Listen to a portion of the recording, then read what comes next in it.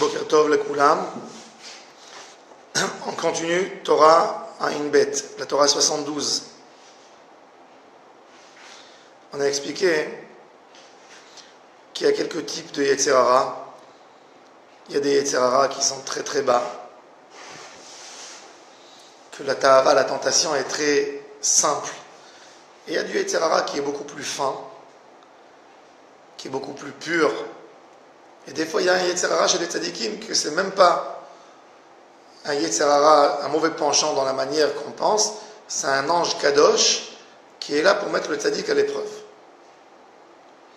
On a expliqué que même à Kadosh Baruch Hu, quelque part, il avait une bechina comme une sorte de Yetzer Hara quand il a créé le monde avec la rigueur, après il a recréé de nouveau avec la miséricorde. On a expliqué que le Yetzer Hara, des fois, il donne à la personne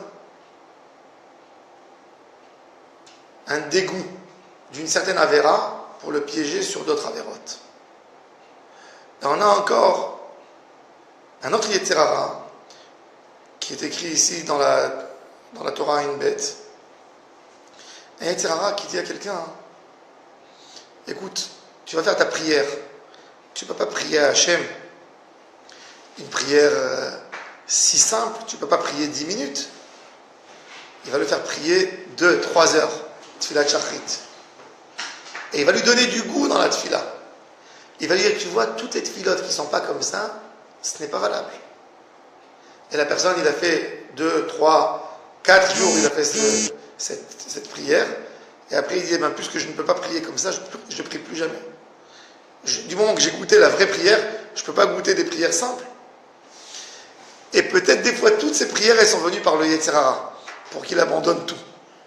Des fois, un Yetzer Hara, il peut te donner plaisir dans une mitzvah, à Ikar, que tu ne fasses pas après cette mitzvah. Le Yetzer Hara, ce Yetzer Hara, Moshe Rabbeinu l'a compris.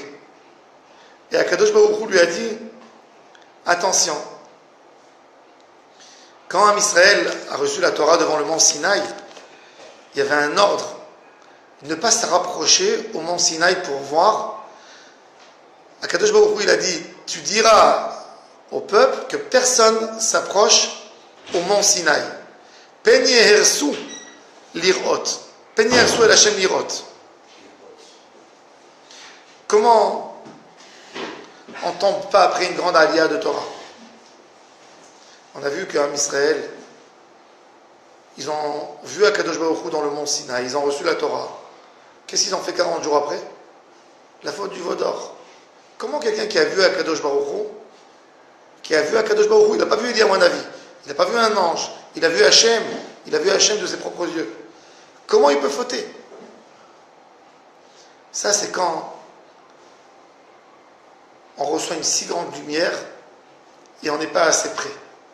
Le Yetzer Hara, des fois, il va essayer de te dévoiler une grande lumière pour que tu tombes et que tu te casses la figure. C'est pour ça que même dans la Avodat Hashem, il faut passer d'étape en étape. Il ne faut pas prendre des étapes. Il ne faut pas prendre des étapes beaucoup plus élevées où nous sommes. Un homme, il doit savoir où il est. Il y a des gens, il dit: allez, je veux me consacrer à la Torah, je vais devenir obsessif. Je vais de 0, il passe à 15 heures d'études par jour. Après quelques jours, il n'a plus de parnassa, il a des problèmes de shalom bayit, il dit: c'est pas pour moi la Torah. Il a arrêté d'étudier, il dit: j'ai vu. Mais ça, c'était un Yetzer Hara. Tu aurais dû étudier 1 heure par jour, 1h30. Et avec le temps, tu vois que tu t'arranges dans ta parnassa, tu ajoutes 2 heures, 3 heures. Tu passes pas tout de suite de 0 à 15 heures par jour. Tu fais une tfila. Tu dis: ça y est, moi ma tfila, jusqu'aujourd'hui elle était perturbée, sans kavana. Depuis maintenant, ma tfila, je ne fais pas sortir de ma bouche un mot si j'arrive pas à faire la kavana. Qu'est-ce qui va se passer? Tu vas prier 2 jours, 3 jours comme ça. Après, tu vas dire: c'est plus pour moi, trop long. L'idée, c'est quoi l'idée? C'est de dire: je vais prendre un texte dans la tfila. Ce texte, je ne le passe pas sans kavana. Je commence ma amida. Depuis Hashem Sfatay Tiftar jusqu'à Atakadosh, je le fais avec Kavana. Tu as réussi 1 mois, tu dis maintenant, c'est pas jusqu'à Takadosh, jusqu'à la fin de la Tachonen la Damdaat, jusqu'à la bracha de Chonen la Daat. Et ensuite, chaque mois, tu ajoutes une bracha elle est tu ramasses, et tu ramasses. Pareil dans les Shiur et Torah. Pareil dans la Avodat Hashem. Ne pas essayer de faire un changement dramatique, un changement qui te bouscule d'un endroit à l'autre endroit. Des fois, il y a des gens, sous l'effet choc, Dieu préserve, dans des moments difficiles, qu'ils ont perdu un proche, ou qu'ils ont été affrontés à quelque chose de très difficile dans leur vie, ils font un changement. Combien de temps ce changement dure? Malheureusement, 80% des cas, ça ne tient pas longtemps. Pourquoi? Parce qu'un changement, ça doit être quelque chose en toi, dans ton cœur, que tu as créé, que tu fais tout doucement. Ça, c'est là. Rabbi nous dit, il faut faire attention. Il dit, Be'inana itkarvut l'Hashem, yesh yetzer hara gadol, ki yesh yetzer hara shematrilit karev l'Hashem itbarach, et il est mitlaev trop, et après il fait des choses qui ne sont pas dans la mesure. C'est pareil pour les mitzvot ou pas? Pour les mitzvot. Yetzer hara de la itkarvut, tu dois avoir. On a expliqué. Alors on a dit, des fois il va te dire, fais tout pour que tu comprennes que c'est trop difficile. Rabbi Israël Salanter, il est arrivé dans une ville où que toute la ville était Mechalel Shabbat. Toute la ville. Toute la ville, tout le monde ouvrait leur commerce Shabbat. Et Rabbi Israël, il a vu que c'était des gens avec un bon fond. Des gens qui font la tzedaka, entre juifs, ils s'aiment. Il a dit, c'est tous des tzadikim, mais malheureusement, ils sont tombés avec le Yetzer Hara. Qu'est-ce qu'il a fait? Il a fait une dracha. Comment être Mechalel Shabbat intelligemment? Toute la ville est venue écouter le shiur. Comment je peux être Mechalel Shabbat intelligemment? Et Rabbi Israël Salanter, il leur a dit, vous allez préparer avant Shabbat. Par exemple, tu sais ce que tu vends dans ton magasin, tu vends des produits. Vous allez préparer quelques types de factures que quand la personne il va venir, le goy il va venir acheter, vous allez lui donner des factures déjà prêtes, qui sont équivalentes à ce qu'il a acheté. Vous vendez des produits à 100, des produits à 200, à 300, vous allez faire 20 factures de 100, 20 factures de 200, de 300. Quand la personne il va venir, vous allez lui donner la facture prête. Si c'est une somme que vous êtes obligé d'écrire, c'est une somme que vous n'avez pas pensé, vous allez écrire avec la main gauche. Chinouille. Ah, et les gens ils ont dit, ah, il ne nous a pas fait sortir directement, il nous a donné un espoir. Il dit, la semaine prochaine vous allez venir, je vais vous donner d'autres conseils. Quand vous allez prendre la clé, quand vous allez allumer, vous pouvez allumer déjà la lumière, vous pouvez la laisser allumer avant, vous n'êtes pas obligé d'éteindre. Les hâtes, chaque semaine les gens y venaient, ils leur donnaient d'autres idées. Il n'a pas lâché la ville. Après un an, toute la ville était Shomer et Shabbat. Pourquoi? Parce que le Yetzer Hara, il t'affronte devant le choc. Tu te dis, j'ai essayé un Shabbat, la vérité, c'était trop compliqué. Je me suis privé de téléphone, je me suis privé de ma voiture, je me suis privé de mes cigarettes, je me suis privé de mon café espresso. Je peux pas, c'est trop difficile.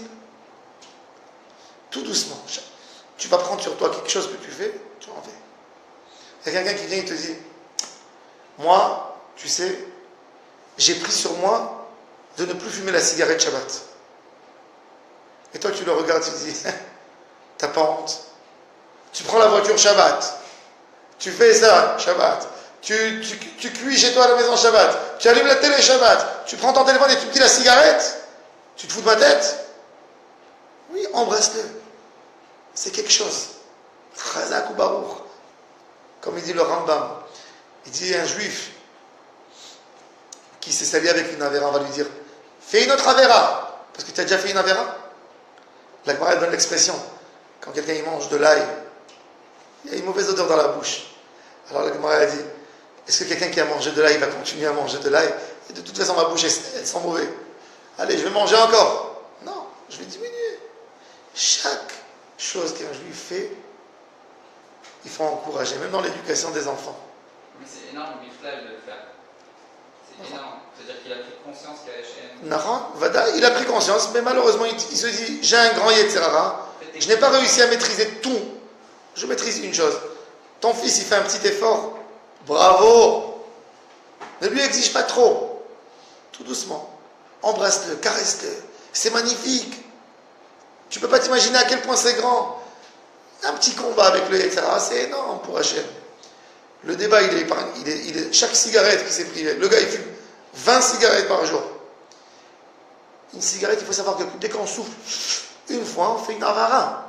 C'est-à-dire que dans la réalité Shabbat, il a été épargné. S'il fume un paquet de cigarettes, il a été épargné.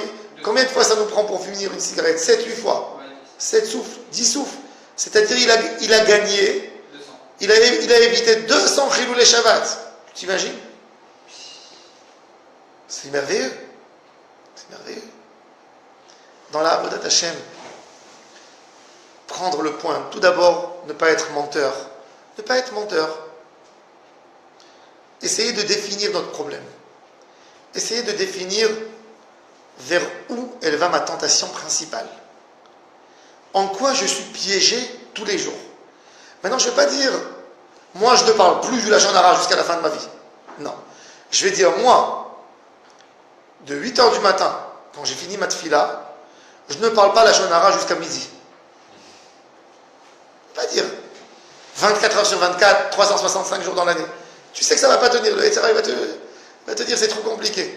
Mais de dire, moi, je ne parle pas la Lachon Hara depuis 8h du matin jusqu'à 10h du matin. Tu ne parles pas jusqu'à midi, jusqu'à 10h. Moi, je ne parle pas je parle à la synagogue, mais je ne parle pas la Lachon Hara à la synagogue au moins. Déjà, tu te fais un petit truc. Tu prends pas. Tu sais que c'est dur pour toi. Tu sais que toute ta vie t'es piégé là-dedans. Tu sais que tu es en colère, par exemple.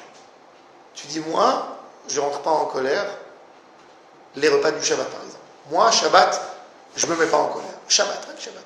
Au moins. Moi, je ne me mets pas en colère le moment que mes enfants ils reviennent de l'école, par exemple. Moi, je ne me mets pas en... Tu sais le moment le plus dur que tes enfants ils t'embêtent, ou tu sais le moment le plus dur. Moi, je ne toucherai pas cette colère depuis 13h jusqu'à 15h. C'est une avodat Hashem. Akadosh Baruch Hu, il t'embrasse, il te dit, mon fils, il est merveilleux celui-là. Il est merveilleux. Pas avoir peur de proposer quelque chose de petit, mais d'évoluer tout doucement. Un mois tu as tenu, Baruch Hashem, tu es tombé, certainement, tu vas tomber une fois. Peut-être, peut-être non. Mais tu vas essayer. Chaque fois, tu vas te rappeler, oui, je dois lutter, oui, je dois lutter. Quoi, je ne vais pas tenir mon petit engagement? Tu as réussi, tu vas essayer de prolonger un peu plus. Un peu plus. Baruch Hashem, j'ai réussi à ne pas parler du Lachon Hara 2 heures par jour. On fera 2h30. Léat, tu deviens. Moshe Rabbeinu n'est pas devenu Moshe Rabbeinu en un jour. Rabbi Akiva n'est pas devenu Rabbi Akiva en un jour. Rabbeinu n'est pas devenu Rabbeinu en un jour. Tous ces tzadikim, ils ont eu des difficultés dans leur vie. Ils ont eu des épreuves. Des fois, ils sont tombés. Et quand ils sont tombés, ils se sont cassés la figure. Ils ont dit, j'ai vu comment ça se fait que je suis tombé malgré le fait que j'ai pris sur moi. Alors quand j'ai pris sur moi, certainement j'ai mal pris. Donc ils ont essayé de faire encore mieux. Et tu réessayes, et tu réessayes. Et la vie, c'est un combat permanent, tous les jours, tous les jours, tous les jours. Avodat Hashem, Avodat Hashem. Je suis tombé. J'essaie de reprendre des forces. Comment refaire mieux maintenant? Je prends en considération le fait que j'ai pris sur moi et pourquoi je n'ai pas pu tenir aussi. Donc la prochaine fois que je vais reprendre sur moi, je vais reprendre sachant le problème que j'ai eu. Et je vais essayer d'améliorer. Mais il faut être émet avec nous-mêmes. Savoir, ne pas se mentir. Dire où sont mes problèmes. Parler avec moi-même de mes problèmes. Pourquoi je n'ai pas pu tenir? À mon avis, qu'est-ce qui m'a fait piéger? Pourquoi je n'ai pas continué ma avodat Hashem? Et quand on commence comme ça, on peut évoluer. Il dit, maintenant Rabbeinu il dit, regarde, la majorité du Yetzirah qu'on a qui nous perturbe dans la vie, c'est le Yetzirah au petit niveau. Achirat Adamim il appelle. Shtut veshigaron gadol. La majorité des gens qui ont fait des gros problèmes, je ne parle même pas des avérots simples, des crimes, quand ils arrivent au tribunal, ils disent, j'ai eu un moment de faiblesse. J'ai eu un moment de faiblesse. Qu'est-ce que ça veut dire j'ai eu un moment de faiblesse? C'est-à-dire que tu es devenu fou un moment. Nachon, je suis devenu fou. C'est ce qu'ils ont dit Chachamim. En adam over avera, ela imken nichnas bo ruach shtut. Il dit, ça n'existe pas. Be'emet, Akadosh Baruch Hu, il dit, il n'y a pas un homme qui fait une avera. L'homme, en lui, Abraham, Reuven, David, Yitzhak, Shlomo, s'ils ont fait une avera, c'est pas Shlomo qui a fait la avera. C'est un fou qui a fait la avera. Alors maintenant, vous allez me poser une question. Très simple. Si quand je fais une avera, je suis fou, alors pourquoi Hachem me punit? Je suis fou. Ce n'était pas moi. Quelqu'un qui prend des cachets tous les jours, il a un problème. Il a un problème nerveux. Il prend des médicaments. Un jour, le pauvre, il a oublié de prendre. Et il a fait une catastrophe. Il sera puni ou il ne sera pas puni? Hein? Il sera puni sur quoi? Il sera puni? Parce qu'il n'a pas pris le médicament. Il a fait merde. Il sera puni, pas parce qu'il était fou au moment même qu'il a fait la Avera Nachon. Pourquoi tu n'as pas pris le médicament? Pourquoi tu as laissé, quand la roue Archtout, elle a commencé à rentrer dans ta tête, pourquoi tu l'as laissé rentrer? Pourquoi tu as laissé la roue Archtout rentrer en toi? Parce qu'il y avait un moment, il faut savoir que dans tout Avera, il n'y a jamais une Avera qui vient comme un vent, comme une Avera qui nous fait tomber tout de suite. Dans la tête, il y a une petite idée folle qui rentre, qui te dit, vas-y, fais. Toi, tu lui réponds avec le bon penchant, mais arrête de faire le fou. Qu'est-ce qui se passe dans la tête? Il te dit, non, mais cool, allez, vas-y, cool, sympa. Arrête d'être lourd, vas-y. Et tu lui réponds. Tu te dis, vas-y. Et tu avances tout doucement et tu tombes. Tu es arrivé après à un certain niveau, tu ne peux plus revenir en arrière. Tu as fait la Avera, tu es là-dedans. Akadosh Baruch Hu, dans la Torah, il te dit, par exemple à propos d'une Avera avec les femmes, lotikirez-vous les galoterva. Akadosh Baruch Hu, il ne viendra pas chez l'homme lui dire pourquoi tu as fait la Avera. Parce qu'il va dire, Hachem, je ne pouvais pas. J'étais tellement avec ma tête, je ne pouvais pas. Hachem va lui dire pourquoi tu t'es mis dans la situation qui t'a amené à faire. Et ça dans toute la vie. J'étais en colère. La colère, elle a des étapes. Tu éclates pas tout d'un coup. Il y a quelque chose dans ton cœur, ça commence, et après ça te sort. Un lachon hara. Tu as commencé à parler, tout doucement, tu as glissé, tu es parti au lachon hara. Il faut stopper au début, il dit Rabbeinu. C'est pour ça, tu comprends, il dit tout ça c'est des ch'touillottes. Il dit Rabbeinu, regarde, il y a quelqu'un qui fait une tfila. Il dit je vais t'amener une preuve. Pourquoi la Avodah Zara c'est ch'tout? Vous savez, surtout les gens qui ont vu beaucoup de films dans leur vie, malheureusement. Il a la tfila de Kippour, tout d'un coup, il a un film qui lui vend dans la tête. Il y a quelqu'un qui m'a raconté, un proche de famille, il était angoissé, il est venu chez moi, il m'a dit regarde, il m'a dit il y a une folie qui se passe avec moi. Il m'a dit je rentre aux toilettes, j'ai des livrets Torah qui me montent dans la tête. Qu'avoue moi, je rentre aux toilettes, j'ai que des pensées de Torah qui me rentrent. Et j'ai assourd de penser aux toilettes des paroles de Torah. Il m'a dit je commence ma Hamida, j'ai de mauvaises pensées qui me viennent dans la tête. Comment tu peux expliquer une chose pareille? Rabbeinu, il dit, ça c'est une preuve que toute le Yetzer Hara, c'est de la bêtise. Tu es conscient que tu pries à Hachem. Alors, il faut être fou pour avoir une idée de Avera devant Hachem. De là, tu vois que quoi? Que tout le Yetzer Hara, c'est que de la folie. C'est-à-dire que pour gérer le Yetzer Hara, c'est gérer la folie. Et c'est pour ça que dès que tu étudies la Torah, ce n'est pas lié forcément au Yetzer Hara. Quelqu'un, il a un Yetzer Hara, manger pas cachère, faire des avérotes. Dès qu'il étudie la Torah, peu importe, il n'a pas besoin d'étudier du moussard qui est lié directement à cette tentation. Il suffit qu'il prononce des mots de Torah, que le Yetzer Hara, il s'en va. Parce que Hachem, quand il a créé ce fou, ce Yetzer Hara de fou, il lui a dit, dès que tu entends un mot de Torah, tu te casses. C'est pour ça que la Gemara nous a dit, Im paga bechamenuval ze taïlo Yetzer Hara, Moshreo, tire-le avec toi au Beth Midrash. Il s'éloigne. Il n'y a pas de place à la folie dans l'espace de la sagesse. Autrement, il vient et il te piège. Yetzer Hara, il vient. Et il te donne des idées terribles. Le Rav Dessler, il raconte à quel point le Yetzer Hara s'est fou. Il raconte qu'il avait un élève, Dieu préserve. L'élève, il vient chez le Rav Dessler. Moi, je ne sais pas comment j'aurais réagi si on m'aurait dit, mais je vous dis ce qu'il lui a dit. Il a dit à son Rav, qui s'est levé à 2h du matin, il est parti, il a pris le petit, sa femme elle allaitait, et s'est endormie avec. Il a pris le petit pour le mettre dans son berceau, dans le lit, dans son lit. Et il a dit que quand il a pris le petit, il a eu une idée folle, il a dit j'ai envie de prendre l'enfant, de le jeter. Mais il a dit je l'ai mis dans son lit. Il a dit mais après, l'élève il raconte au Rav, il dit j'ai pleuré toute la nuit dans mon lit. Comment est-ce possible qu'une idée si folle me traverse l'esprit? Je sais que j'aime mon fils, c'est mon fils. Comment je peux avoir une idée si folle de faire une chose pareille? Il se posait la question, est-ce qu'il est malade mental? Est-ce qu'il a besoin d'aller se soigner? Ça fait peur.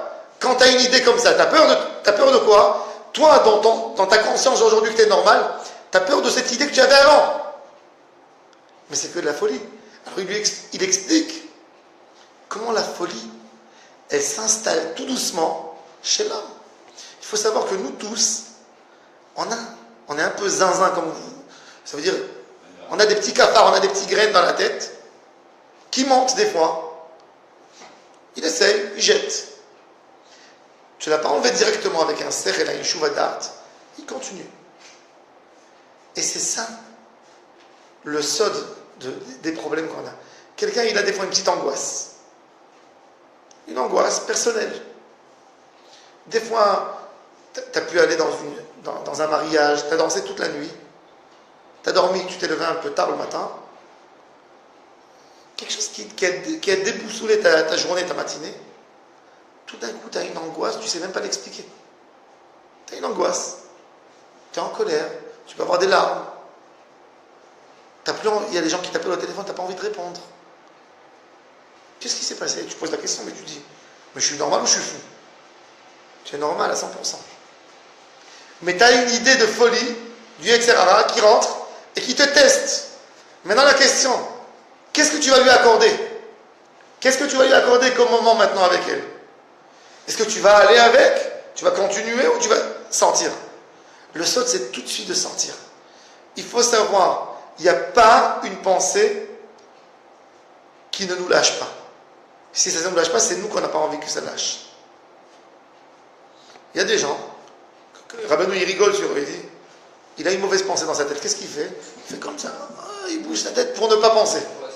Il croit que s'il va bouger sa tête, elle va partir plus vite. Il dit, s'il va bouger sa tête, elle va se renforcer. Un jour, j'étais avec mon fils. Alors, j'ai dit une phrase pour le faire rire. Je lui ai dit, ne pense pas sur des ours blancs. Ne pense pas sur des ours blancs. Ne pense pas sur des ours blancs. Je lui ai dit, papa, tout de suite, j'ai l'image de l'ours blanc qui me monte dans la tête. Quand tu dis, ne pense pas, tu te bats avec lui, il reste. Par ce fait que je dis, il ne faut pas que je pense en réalité. C'est quoi la chokhma? C'est de prendre la pensée et de la mettre ailleurs.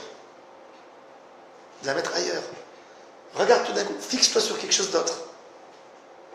Dès que tu vois une mauvaise pensée qui te vient dans la tête, de tristesse, de colère, tout de suite, passe. C'est toi qui vas décider. C'est toi qui vas décider. Si tu vas te dire, il ne faut pas que je pense, tu es là-dedans. Hop! Sors, à Sachadat. Ne laisse pas s'installer les mauvaises idées. Ça c'est pour se débarrasser du Yetzer Hara simple. Rabbeinu il nous dit, Akadosh Baruch Hu il a écrit dans la Torah, Velo tatoru achare levavchem va'achare enechem. Alors, Levavchem, c'est Avodah Zara. Oui. Levavchem, c'est Avodah Zara. Enechem, c'est Znout, c'est devant les femmes. Interdite pour l'homme. L'homme, il est marié. Il a sa femme, il n'a pas besoin d'aller regarder ailleurs. Rabbeinu, il nous montre comment le Yetzer Hara, c'est que de la folie, de la pire folie. Nous, on sait aujourd'hui le monde. Je vais vous donner un exemple simple. Le monde entier aujourd'hui, pas le monde entier, grosse majorité du monde est monothéiste. Les musulmans, les chrétiens, les juifs, et il y a encore d'autres religions, petites religions, qui sont basées sur le monothéisme. C'est la majorité du monde. Le reste, il est ou athée, ou il ne croit en rien, peu d'idolâtrie. En Inde, en Chine, un peu, Thaïlande, les pays... Tu prends un homme de l'Occident, tu lui dis, tu sais, il faut se prosterner à une idole. Il te regarde, il éclate de rire. Tu vas lui montrer un film d'Africains, des cannibales ou des gens qui sacrifient un enfant. Il va être écœuré. Mais écœuré à un point, tu ne pourras jamais lui expliquer qu'est-ce qu'ils sont en train de faire. Oui, mais si, ils veulent avoir de la pluie, donc ils sacrifient un homme. Tu dis, mais il leur faut des médicaments à tout cela. Aujourd'hui, on ne peut pas comprendre la Avodah Zara. Mais il faut savoir que le Yetzer Hara de la Avodah Zara, il a existé dans le monde, il a rendu fou l'humanité pendant 3000 ans. Il a rendu fou l'humanité. Plus que 3000 ans. 4000 ans presque, il a rendu fou l'humanité entière. On pense que quoi? Que les idolâtres, il y a 2000 ans, ils étaient tous des idiots? Je pose une question simple. Le monde était fou. Le monde, il a eu une évolution même à l'époque. Les Égyptiens qui ont construit des si grandes œuvres, les pyramides, les trucs, c'était des idolâtres. Les Indiens, qui étaient très intelligents, jusqu'aujourd'hui, leur base. Les Grecs, la philosophie. Mais il y avait, regardez combien de statues il y a partout. C'était pas des gens fous. Mais c'est quoi? Le Yetzer Hara était très fort. Tant que Ezra n'a pas prié à Hachem d'enlever le Yetzer Hara de la Avodah Zara, le Yetzer Hara de l'idolâtrie était très puissant dans le monde. Maintenant qu'il n'y a plus de Yetzer Hara, tu dis c'est une pire folie de se prosterner devant une pierre, de lui amener des fruits, des sacrifices. C'est une pire folie. C'est-à-dire que quoi? Qu'est-ce que tu déduis de là? Que tous les Yetzer Hara en réalité c'est une folie. Sauf que cette folie elle n'est pas gérée encore. On n'a pas, c'est une lutte permanente tous les jours. Mais à la base, c'est une folie tout. Tout le Yetzer Hara du monde, c'est qu'une folie. Et ça, c'est une preuve incontestable sur le Yetzer Hara. Que Rabbeinu a amené cette preuve. Et Rabbeinu, il renforce cet argument avec les paroles du Zohar. Rabbi Shimon Bar Yochai, qu'est-ce qu'il dit? Quand il voyait une belle femme, qu'est-ce qu'il dit Rabbi Shimon Bar Yochai? Écoutez ça. Rabbi Shimon Bar Yochai, quand il voyait une femme, il disait, ne regardez pas les idoles. Quel rapport? Il y a une interdiction dans la Torah de ne pas avoir de mauvaises idées quand tu vois une femme qui n'est pas à toi. Ne pas voir ce qu'il ne faut pas voir. Pourquoi il a dit ne regardez pas les idoles? C'est pas une idole, une femme. Rabbi Shimon, il voulait se rappeler à lui-même, au moment même, que c'est que de la folie. Alors il dit la preuve, c'est l'idole. Comme que l'idole, elle était très puissante il y a quelques années, et maintenant elle n'est rien du tout, même ça, c'est que du Yetzer Hara, c'est de la folie, donc il faut que je lutte contre. Il disait, Antifnu el Elim. Alors il dit, alors maintenant quelqu'un qui est tombé beaucoup là-dedans, qu'est-ce qu'il fait? Il faut qu'il va chez un Chacham Amiti, qui lui donne un chemin de Teshuvah, et qu'il sache exactement comment se gérer. L'homme, il sait ses faiblesses. Il sait qu'est-ce qui peut l'amener à ça. Il doit avoir le courage de vouloir sortir de ses problèmes. Et quand tu as le courage de vouloir sortir de tes problèmes, tu as défini ton problème et tu as décidé, je ne veux plus, là tu trouveras, Be'ezrat Hashem, le chemin. Tout doucement, tu iras chez un rave, où tu vas te faire ton programme. Tu connais tes faiblesses. Il n'y a personne qui connaît plus que soi-même ses faiblesses. C'est écrit dans la halakha. Il y a 100 médecins qui viennent, qui disent à un malade, tu peux jeûner Kippour. Tu as de la force. Ils lui ont fait des prises de sang. Et il dit, moi je sais que je ne peux pas jeûner Kippour. Il n'a pas le droit d'écouter les médecins, il ne jeûne pas. Pourquoi? La Gemara dit dans le traité Yoma, Lev Yodea Marat Nafsho. Le cœur, il connaît plus que tout le monde ses sensibilités, ses maladies, ses douleurs. Donc plus que tu te connais, tu sauras exactement te faire ton programme comment t'en sortir. Mais il faut qu'il y ait le émet. Il ne faut pas que tu te mens à toi-même.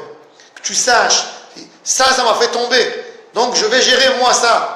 Je vais le gérer comme un grand garçon, je vais gérer mon problème. Et lutter. Et tu prends conseil de quelqu'un qui t'aide. Et tu suis jusqu'au bout. Et c'est comme ça que tout doucement, tu sors du etc. Et tu te rapproches d'Hachem. Hachem Yebezrenu, Vizakenu, qu'on fasse un vrai tikkun de nous-mêmes.